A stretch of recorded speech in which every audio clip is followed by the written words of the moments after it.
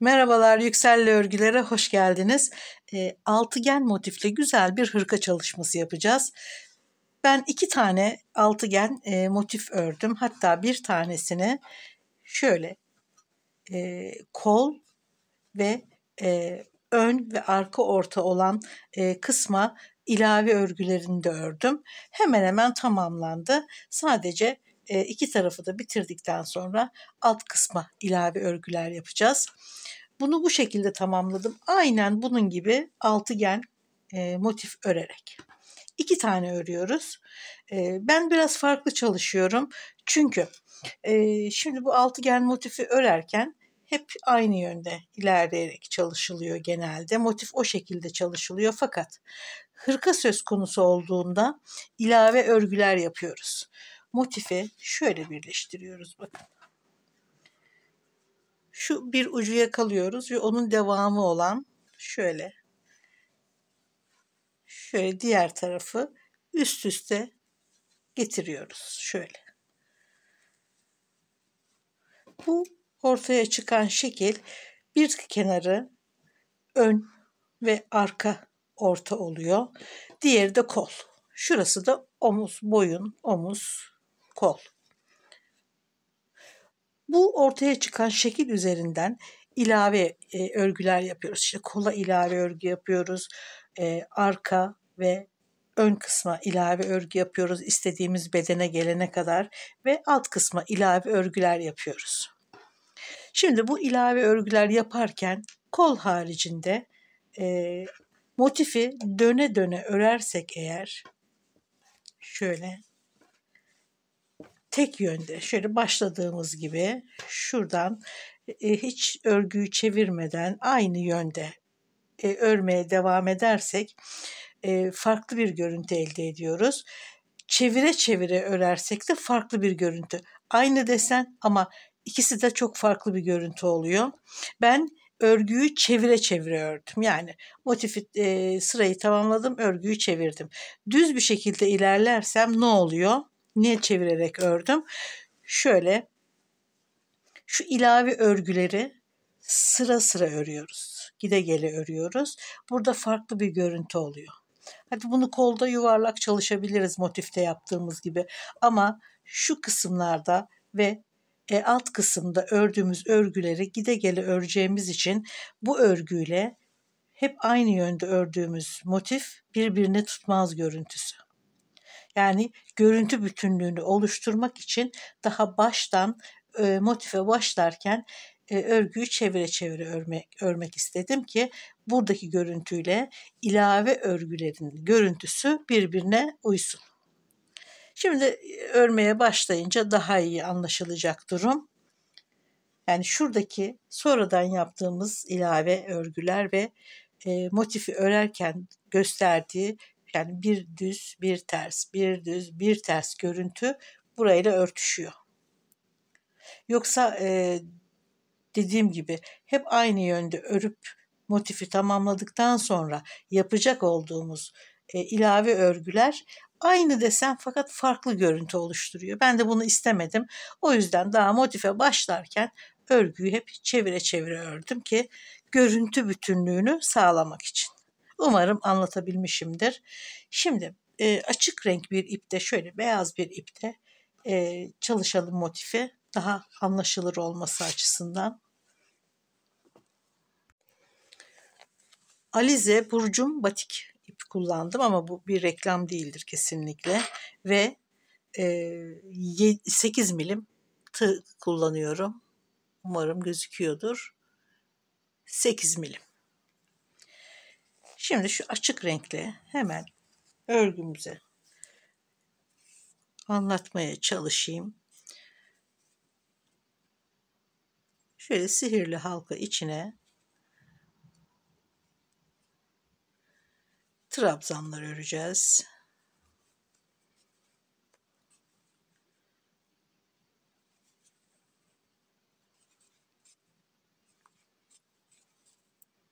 Üç trabzan. Bu ilk 3 zincir çektiğimizde bir trabzan oluyor. Araya bir zincir.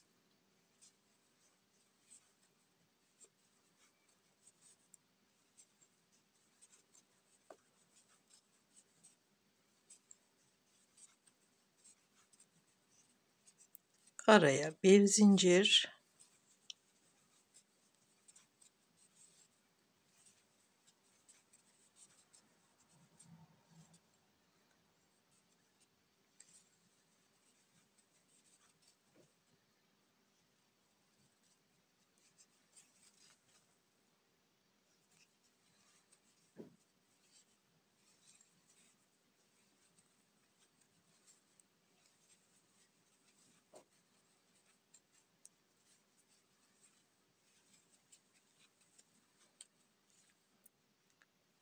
bir, iki, üç, 4 tane üçlü grup trabzan ördük. Şimdi devam ediyoruz. Altıgen ördüğümüz için.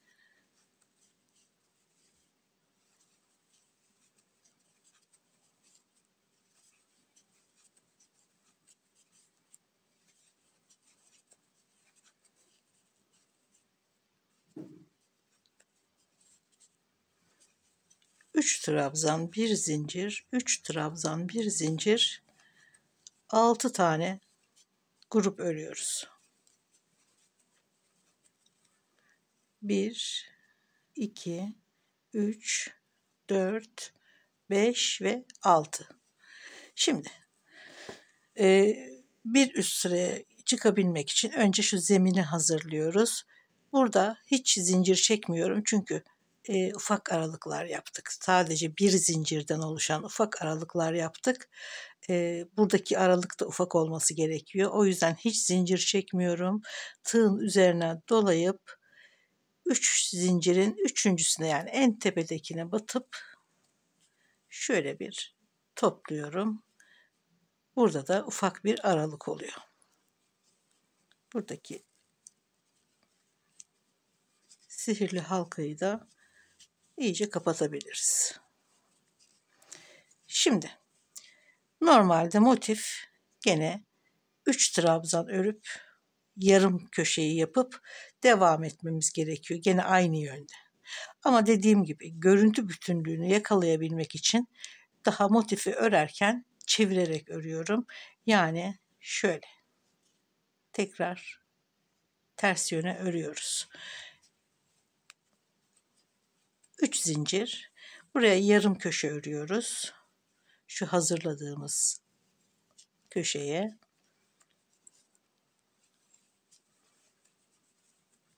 Sıra bittiğinde aynı yere 3 trabzan daha örerek köşeyi tamamlıyoruz.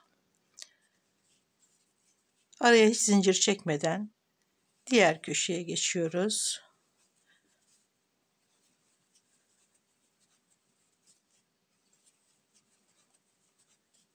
Üç trabzan, bir zincir, 3 trabzan.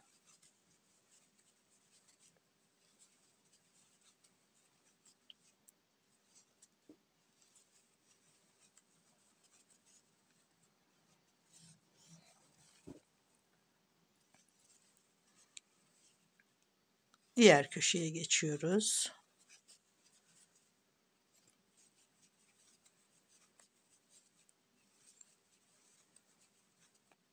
Gene 3 trabzan, bir zincir, 3 trabzan.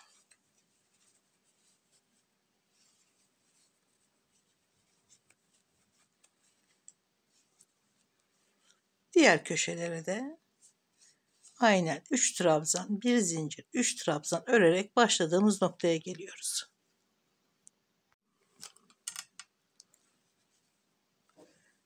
Şimdi yarım ördüğümüz köşeye geldik.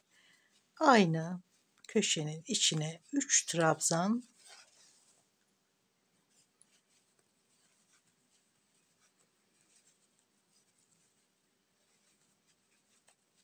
şimdi bir üst sıraya çıkabilmek için gene aynı çalışmayı yapıyoruz. Köşedeyiz. Üzerine alıyorum. Zincirin üçüncüsüne, yani en tepedekine batıyorum. Şöyle topluyorum. Köşeyi oluşturduk. Şimdi bu şekilde gitmiyoruz. Şöyle çeviriyorum. Gene yarım köşe örüyorum.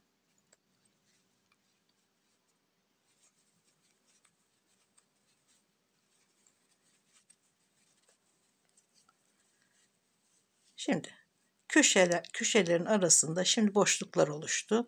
Buralara da 3 tane trabzan. Bir sonraki sırada bu boşluklar artacak. Ve motif bu şekilde ilerliyor.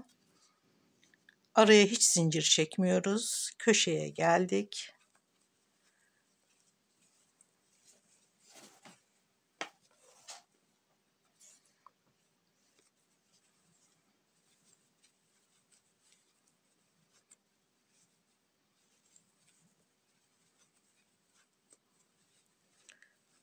Köşeye arada bir zincir ve tekrar 3 trabzan.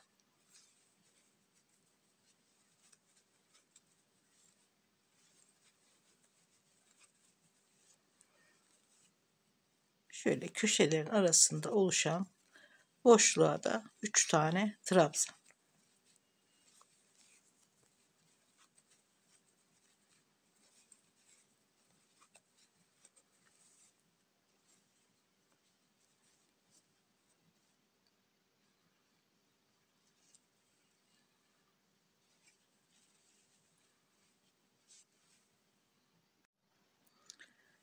Evet, yarım ördüğümüz köşeye kadar geldim.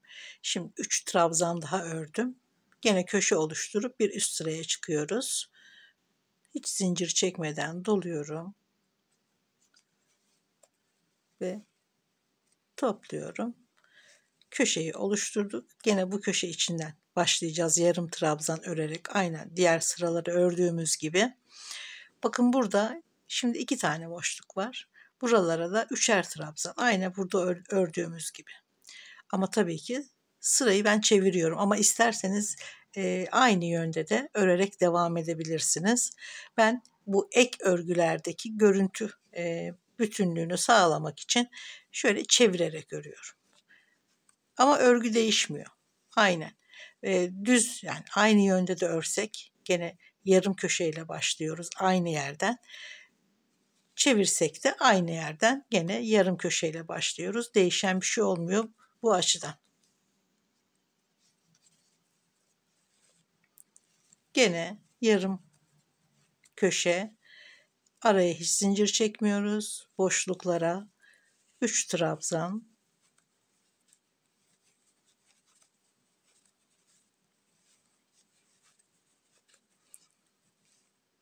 Diğer boşluğa gene 3 trabzan.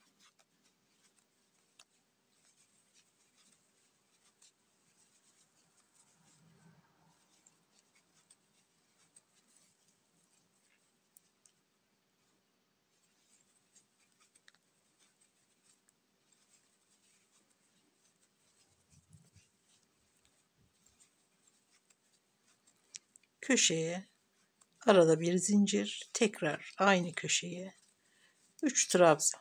Aynen sıra bu şekilde devam ediyor ve bütün sıralar ister çevirerek örün, isterseniz aynı yönde örün. Örgü değişmiyor. Bu şekilde devam ediyor. Buradaki aralıklar bir sıra sonra 3 tane olacak ve motif bu şekilde büyüyor. Böyle volanlı oluyor. Zaten duruşu da bu şekilde. Şimdi bitirmiş olduğum motifi şöyle seriyorum. Şöyle herhangi bir köşesinden tutup tam karşılığına gelen diğer köşeye katlıyorum. Bu gördüğünüz şekil, şöyle göstereyim. Yaka, omuz ve kol olarak devam ediyor. Burası da ön kısım ve arka kısım. Koltuk altı. Şimdi bu şekli elde ettikten sonra devam edeceğimiz noktalar ön ilave örgü, arka ilave örgü.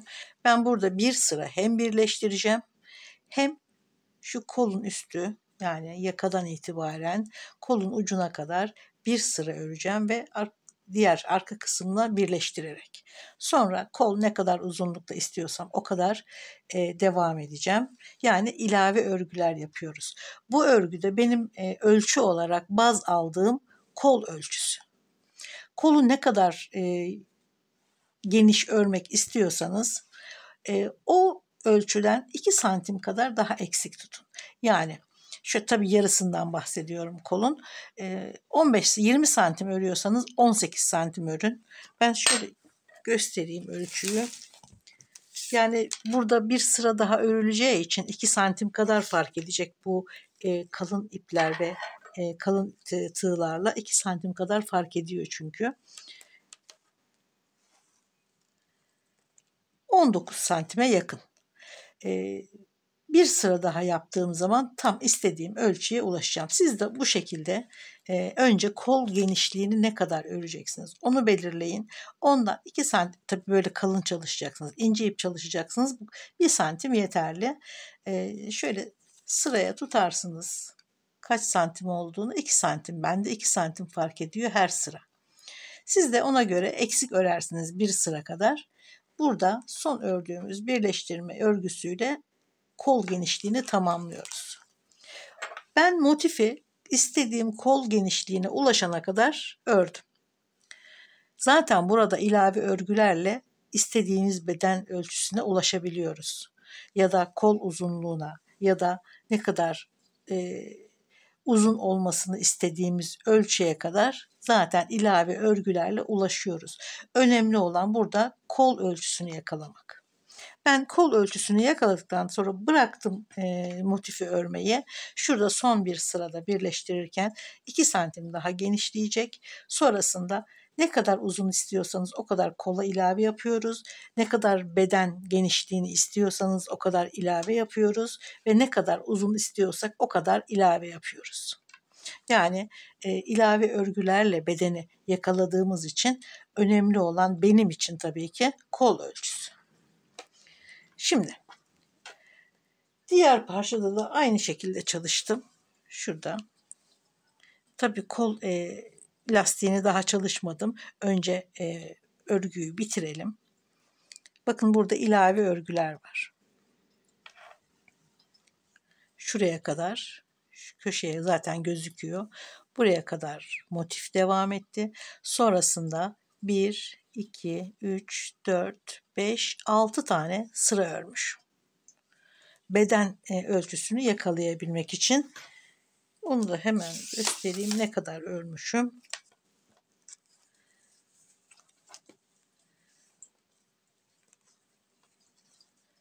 ...27 santim. Öyle çok küçük bir hırka olmayacak. 38 bedene kadar rahatlıkla kullanılabilen bir hırka olacak tabii ki. Bir de bunun lastik kısmı var. Onu da hesap edeceksiniz. Hafif dökümlü olursa da güzel duruyor tabii ki. Siz de kendi beden ölçünüze göre zaten sürekli örerek ölçeceksiniz. Yani ne kadar istiyorsanız o ölçüyü yakalamak bu sıra örgülerde çok kolay oluyor. Çünkü motifi bitirdik. Artık bedeni yakalamak için, ölçüyü yakalamak için ilave örgüler yapıyoruz. Ne kadar istiyorsak o kadar ilave örgü. Bu bakımdan yani beden ölçülerini yakalamak açısından böyle sıra örgüler çok avantajlı oluyor. Şimdi burada yaptığım ek örgüleri aynen diğer parçada da örerek hırkayı tamamlayacağız. Kol çalışması da yapabiliriz, beden çalışması da yapabiliriz. Şöyle gene kola gide gele öreceğiz aynen motifte çalıştığımız gibi. Buradaki ister istemez zaten bu ek örgüler hep gide gele çalışılıyor. Burada örgü farkı ortaya çıkıyor. Desen aynı olsa bile biz motifi düz aynı yönde örseydik mutlaka bu çalışma gide gele olduğu için, çevire çevire olduğu için uymuyor birbirine. Bu biraz daha pufuduk, şöyle bir kabartılı bir örgü oluyor. Diğeri aynı yönde örüldüğü için daha düz bir örgü oluyor. Bir de aynı yönde örülseydi bu renkli iplerde, geçişli iplerde renk dağılımı daha farklı oluyor. Ama bu şekilde çevirerek örüldüğünde daha farklı oluyor. Daha bir yığılma oluyor renklerde. Dağılmadan çok birbirinin üzerine gelen yığılma örgüler oluyor. Yani farklı. Düz örseydiniz, aynı yönde örseydiniz daha farklı renk dağılımı olacaktı. Bu şekilde örünce biraz daha farklı oluyor. Tamamen zevkinize kalmış. Hangi şekilde örmek istiyorsanız o şekilde örerek bitirebilirsiniz. Şimdi şuradan ipi bağlayarak istediğim ölçüye gelene kadar ilave örgüler yapıyoruz.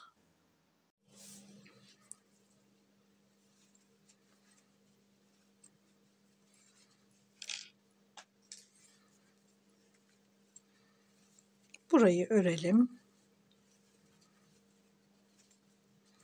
Şimdi çeviriyoruz.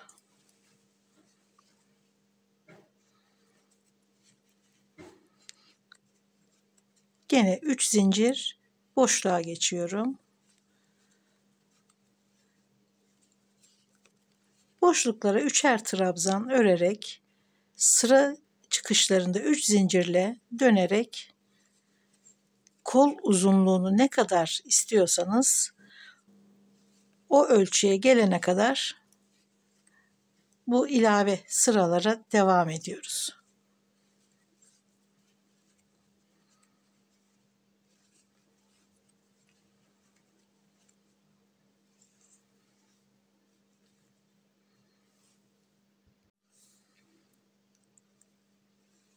Sıra sonunda ilk başladığımız boşluğa gene 3 trabzan,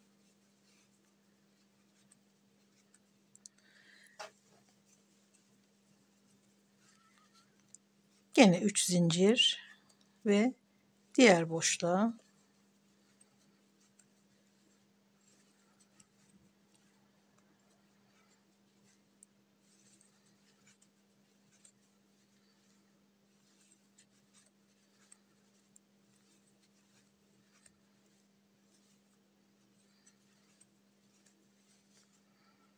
beş sıra örmüştüm diğerinde. Burada da 3. sırayı örüyorum. 2 sıra daha örüp 5 sırayı tamamlayacağım.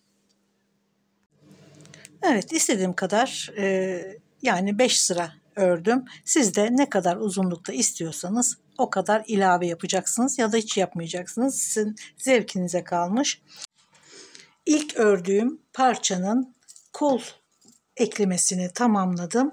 Şimdi hemen ardından ikinci parçayı da tamamlayıp kol eklemesini yapacağız. Birlikte çalışalım.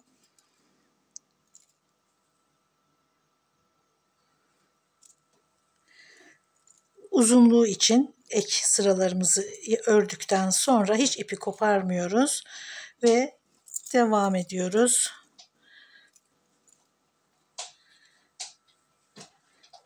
Şöyle eklemeyi ilk boşluğa ilmek kaydırıyoruz. Sonra şuradaki devam ettiği örgü şurası, eklendiği taraf bu taraf. 3 trabzan,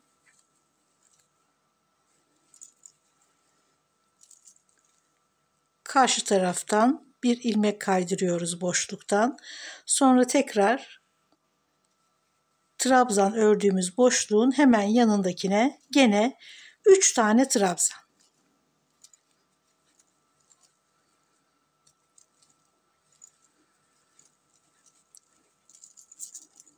Burada gene sıradaki boşluğa ilmek kaydırıyoruz, ekliyoruz, dönüyoruz.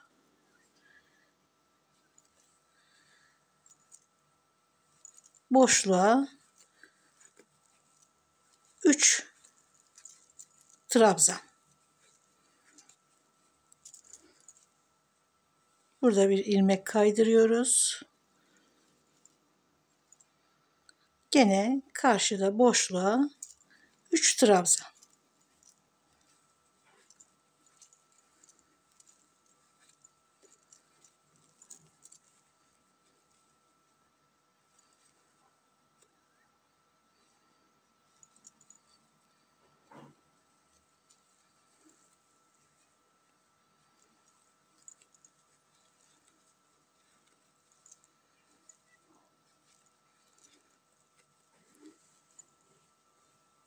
sıranın sonuna kadar aynen bu şekilde devam ediyoruz. 3 trabzan, karşı tarafın boşluğuna ilmek kaydırıyoruz. Gene 3 trabzan olarak devam ediyoruz.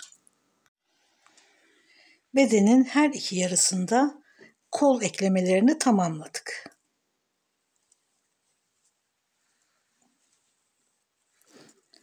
Şimdi şöyle, şurası yaka kısmı. Şuradan ip takıyoruz ya da şuradan şöyle arka kenar, alttaki etek kenarı şöyle dolaşıyoruz ve şuraya kadar örüyoruz. Yani başladığımız noktaya kadar geliyoruz ama sırayı birleştirmiyoruz, dönüyoruz. Tekrar gene bu kenarları örerek şuraya geliyoruz. Tekrar dönüyoruz. Ben bunu 4 sıra öreceğim. Bu ek sıralar arka, ön ve alt kenarda artışlar yapacağız. Aynı artışları bu tarafta da yapacağız. Son sırasında, artışların son sırasında arka kısmı birleştireceğiz. Evet, ipi bağlayacağımız sıraya dikkat edelim. Mutlaka ters görünümlü olması gerekiyor. Zaten duruşu da şöyle ters sıralar daha pofidik, daha kabarık duruyor. Buna dikkat edelim. Düz öreceğimiz için alttaki, yani başlayacağımız sıranın tersten gözükmesi gerekiyor. Şimdi şurası yaka kısmı. Şuradan boşluktan 3 trabzanla başlıyoruz. Şöyle dolayalım ve hemen trabzanla başlayalım.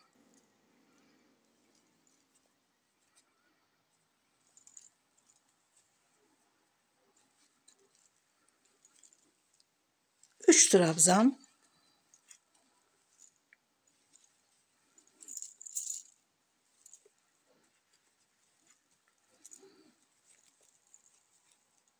gene boşluğa 3 trabzan.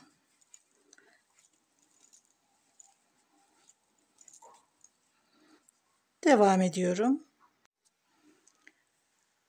Başladık. Sıranın sonunda köşeye geldik. Gene aynen motifi örer gibi araya bir zincir, köşeye 3 trabzan daha. Köşeleri aynen motifi örerken yaptığımız gibi 3 trabzan, bir zincir, 3 trabzan olarak geçiyoruz. Devam ediyorum.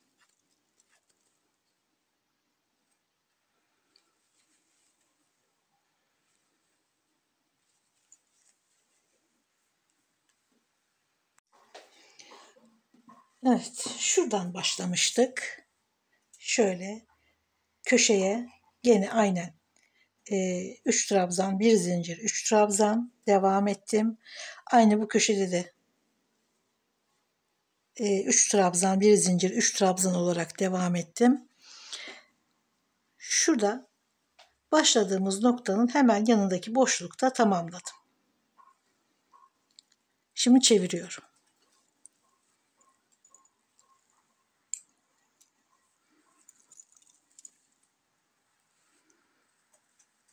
Bir, iki, üç zincir ve boşluğa. Kol kısmında yaptığımız ek sıraları burada da yineliyoruz. 4 sıra yeterli. Bu şekilde 4 sıra devam ediyorum. Aynı örgüyü diğer parçaya da yaparak zaten son sırasında da bedeni birleştireceğiz.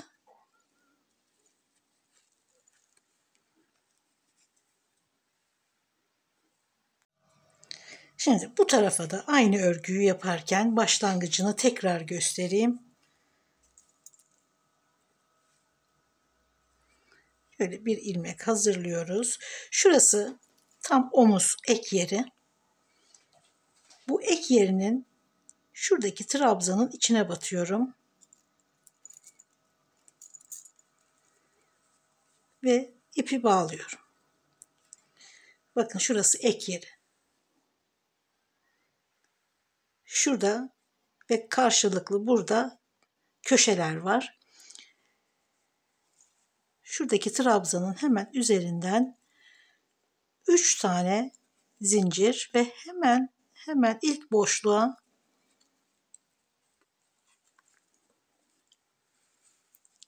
3 tane trabzan.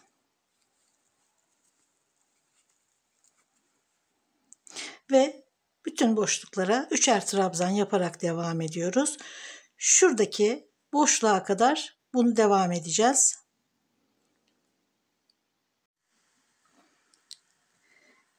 Bu kısımda 4 tane ilave örgümüzü ördükten sonra diğer parçada 3 tane sıra örüyoruz ve 4. sırayı örerken 3 sıra ördüğümüz parçadan ekleyerek devam ediyoruz. Bu parçada 4 sırayı örmüştük. Şimdi bu parçada 3 sıra ördük. 4. sıraya başlarken arka kısmı birleştirerek devam edeceğiz ve aynen burada olduğu gibi son sırayı da bu parçanın diğer kenarlarını da örerek şurada bitiriyoruz.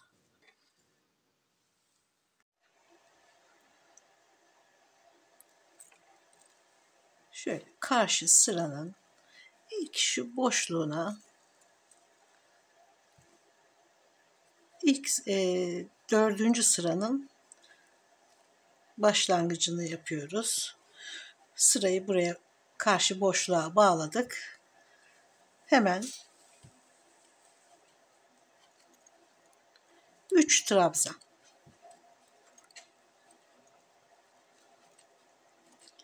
Sonra gene bir sonraki boşluğa ilmek kaydırarak bağlıyoruz ve 3 trabzan.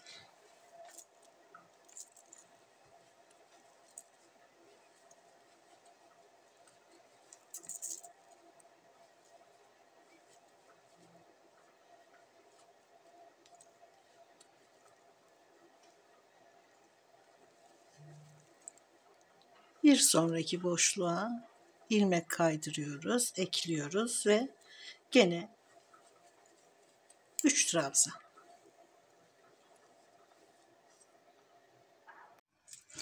Evet, bu arka kısmı ekledikten sonra şöyle ufak bir örgü geçtim. Bunu ben çanta kenarlarında çok kullanıyorum. Daha önceki videolarımı izlediyseniz çanta videolarında bu çok sık kullandığım bir örgüdür. Mutlaka denk gelmişsinizdir. Şimdi kol kenarını ördüm. Bütün yaka, yan ve alt kenarlardan geçerek başladığım noktada bitirdim. Ve aynı örgüyü şimdi diğer kola da örelim ve örgüyü artık tamamlayalım.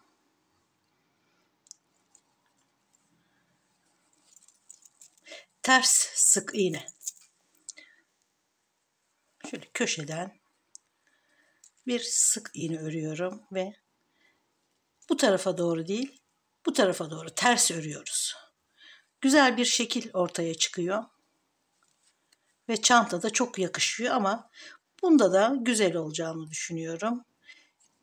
Önümüzdeki bütün ilmeklere tek tek batarak sık iğne örüyoruz. Ters yönde.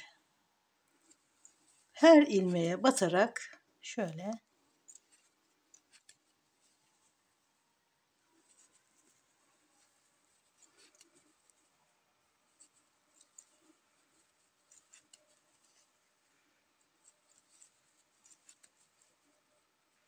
bu şekilde örgüyü tamamlıyoruz.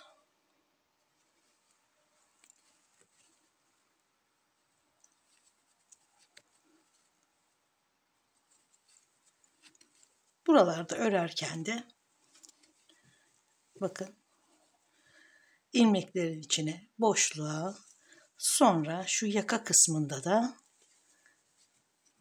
gene önümüze çıkan boşluğa, trabzanın arasına, boşluğa, trabzanın arasına örerek devam ettim. Gayet kolay bir örgü. Evet, örgüyü tamamladım. İsterseniz siz farklı kenar örgüleri de yapabilirsiniz. Ben en basit haliyle çalıştım. Şimdi bu örgüyü bitirdikten sonra içinde ekleme yaptığımız artık ipleri de kendi renkleri içinde yürütüp kaybediyoruz, temizliyoruz ve örgüyü tamamlıyoruz. Umarım beğenmişsinizdir. Umarım gene emeğinize değecek ürünlerden biri olmuştur. Videolarımı beğeniyorsanız, bundan sonrakileri de izlemek isterseniz beğenmeyi ve abone olmayı lütfen unutmayın. Görüşmek üzere, sağlıkla kalın.